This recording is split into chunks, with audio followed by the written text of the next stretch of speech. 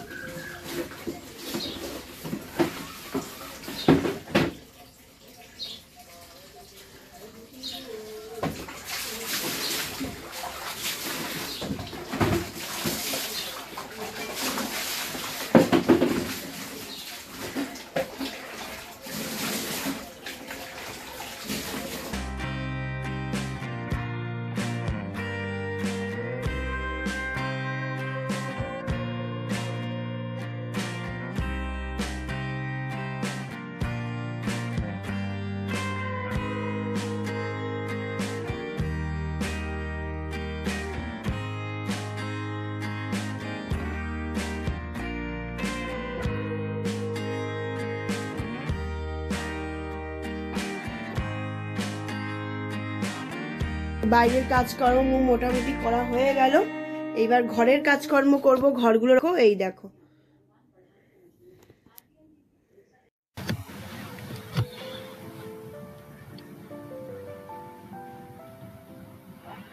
আজ একটা রেসিপি তোমাদের সাথে শেয়ার করব। তো কতগুলো আমার ফ্রিজে মাংসের টুকরো ছিল, তো সলিড মাংস, হাড় ছিল না, তো সেটাকে একটু ম্যাশ করে নিয়েছি। আর এখানে দেখো পেঁয়াজ আর আদাকে কুচি কুচি করে নিয়েছি, আর একটু রসুন দেবো, আদা দেবো বাটা, তো দিয়ে একটুখানি কষিয়ে নেব। কষিয়ে আমি ওই যেটা আমি মাংসটাকে একদম ম্যাশ করে নিয়েছি তার মধ্যে দেব। তো দেখতে থাকো কি কি করছি। আর আজকের রেসিপিটা একদম নতুন একটা রেসিপি, যেটা দারুণ লাগবে খেতে, তোমরা আস্তে আস্তে দেখতেই পাবা। তো এখানে দেখো সমস্তগুলো দিয়ে আমি কিন্তু এটাকে মেখে নেব। তার মধ্যে আমি এখানে দিয়ে দিচ্ছি একটু ময়দা দেবো, নুন দেবো, মিষ্টি দেবো, স্বাদ মতন অল্প মিষ্টিও দেবো, ময়দাটা দিতে হবে ঠিক মতন। আর তারপরে এটাকে সুন্দর করে মাখতে হবে, মাখাটা খুব সুন্দর করতে হবে। আমি একটু বিস্কুটের গুঁড়ো দিয়ে দিয়েছি, তো বিস্কুটের গুঁড়োটা আমার আনাই ছিল, তাই জন্য মচমচে হওয়ার জন্য জিনিসটা বিস্কুটের গুঁড়ো দিয়ে দিলাম।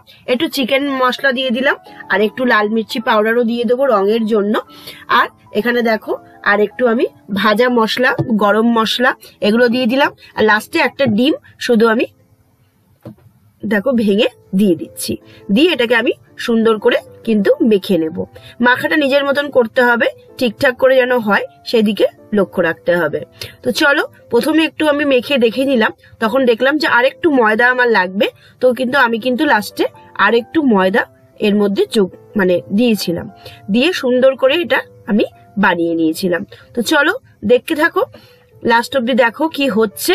তো দেখো এটা মাখার পরে এরকম হয়েছিল, সুন্দর করে কিন্তু মাখতে হবে। আর আমি অনেকেই এখানে আদা রসুনটা কাঁচাতেই দিয়ে দেন, আমি কিন্তু একটু পেঁয়াজ গুলো একটু ভেজে নিয়ে দিয়েছিলাম।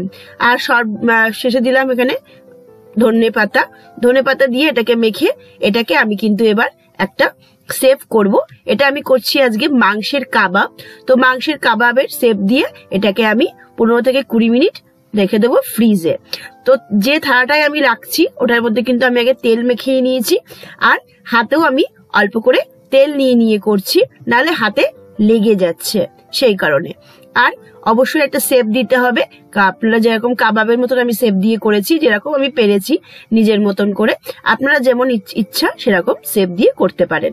তো দেখো এখানে আমি পরপর সাজিয়ে সাজিয়ে সুন্দর করে রেখে দেব যাতে।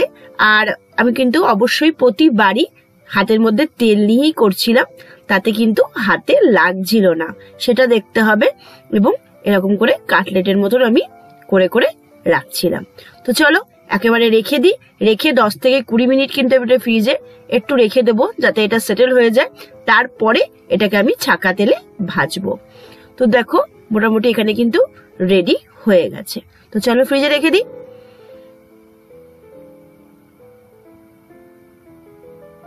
তো ফ্রিজে রেখে দেওয়ার পরে নিয়ে চলে এসেছি, আর এখানে দেখো অল্প করে সাদা তেল দিয়েছি আর একটু বাটার দিয়েছি, দিয়ে আমি এগুলোকে সুন্দর করে ভাজবো কিন্তু। আর লো ফ্লেমেই ভাজতে হবে, যেহেতু মাংসটা কিন্তু আমার কাঁচা ছিল, সেই জন্য লো ফ্লেমে আস্তে আস্তে করে লাল লাল করে ভাজতে হবে। আজকের রেসিপিটা একদম অন্যরকম রেসিপি, তোমরা অবশ্যই করে খেয়েও ভালো লাগবে। আমি যেহেতু বানিয়েছিলাম সেহেতু তোমাদের সাথে শেয়ার করবো না, তাতে হয় না, তো সেই কারণে তোমাদের সাথে শেয়ার করে দিলাম। আজকের রেসিপিটা যেমনি সমস্ত দিকটাই তুলে ধরলাম, সকাল থেকে কাজ থেকে শুরু করে কিছু ইউনিক রেসিপি, যেগুলো তোমরা বাড়িতে অবশ্যই কিন্তু ট্রাই করো, ভালো লাগবে। আর রেসিপি ছাড়া কোনো ব্লগ তো হয় না, সেই কারণে রেসিপিটাও কিন্তু মাস্ট, তোমরা অবশ্যই রেসিপিগুলো ট্রাই অবশ্যই করো।